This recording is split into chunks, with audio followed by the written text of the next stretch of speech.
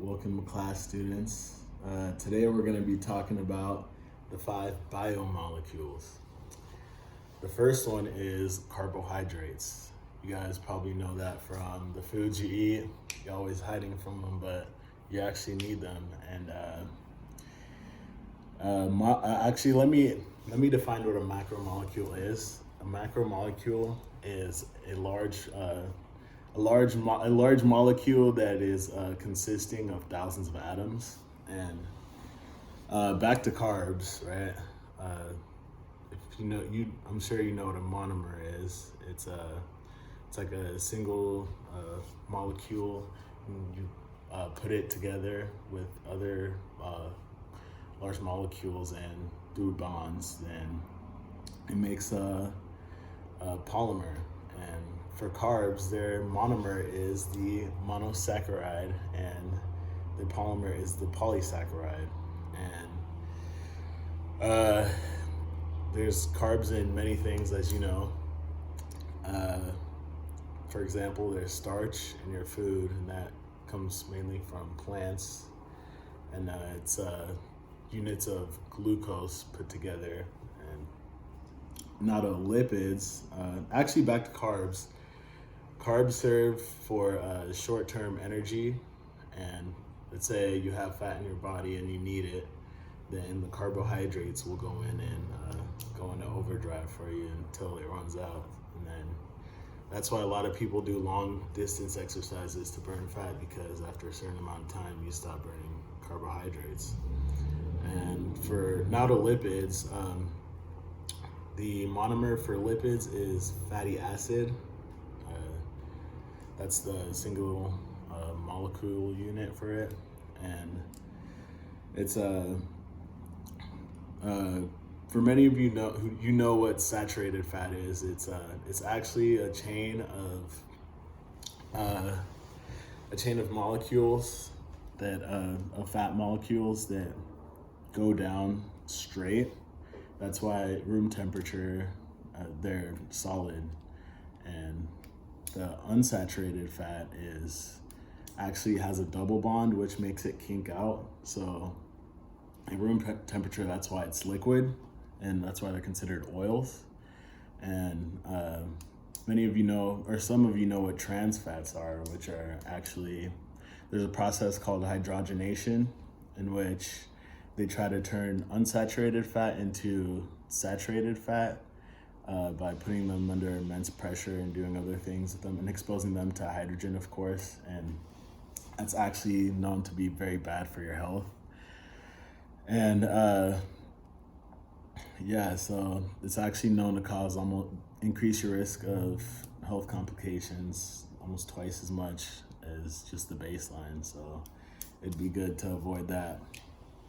And let me get into the phospholipids. Those are what are in the cell membranes. They're outward facing, and the tails are like facing each other. And the tails are hydrophobic, and heads are actually hydrophilic, so they like water. And now on to cholesterol. Cholesterol is something that makes a lot of different things in our body, and different hormones like steroids and sex hormones such as estrogen and testosterone. And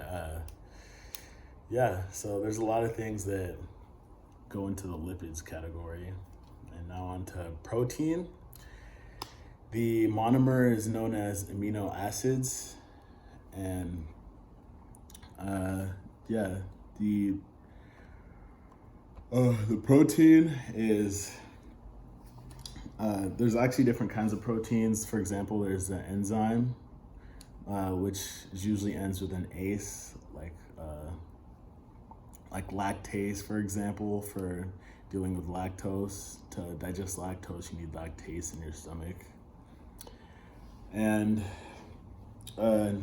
there's also chitin, which is something that's in a lot of animals, like hard body parts, like a shell of a turtle or certain insects. It's made so that it actually kinks and and it's actually not digestible by humans, because we just can't digest it. And animals that can digest things like that, like termites who eat wood, actually have bacteria in their stomach that allows them to digest it. And now on to nucleic acid. The monomers are called nucleotides, and their polymers are called DNA and RNA. So DNA is a double-stranded helix. It stands for deoxyribonucleic acid, and it's what codes for most things in our body, really. And RNA is what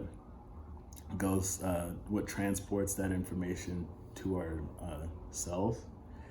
And deoxyribose actually means no sugar, and ribose means that it has sugars. And yeah. So now on to hydrolysis and dehydration. So hydrolysis is when you take molecules and you add water to them, which in turn breaks apart the bonds that the atoms or the molecules have. And dehydration actually does the opposite. It creates bonds, because hydrolysis gets rid of the H2. It loses water, and that breaks the bond from the molecules. And yeah, so phospholipids, I didn't mention, are a lipid that actually contain a phosphate group, and not of the bonds. The hydrogen bond is an attraction between two polar bonds, and a covalent bond is when two atoms share an electron, so they're in really tight. And an ionic bond is when one atom loses an electron and one gains one, so they make each other happy, you know. And a peptide bond is when a carboxyl group reacts to an amino group, and there's actually different classifications for all that, but I won't get into that for now. But yeah, thank you for watching, and I hope you learned a lot from this video. I'll catch you next time.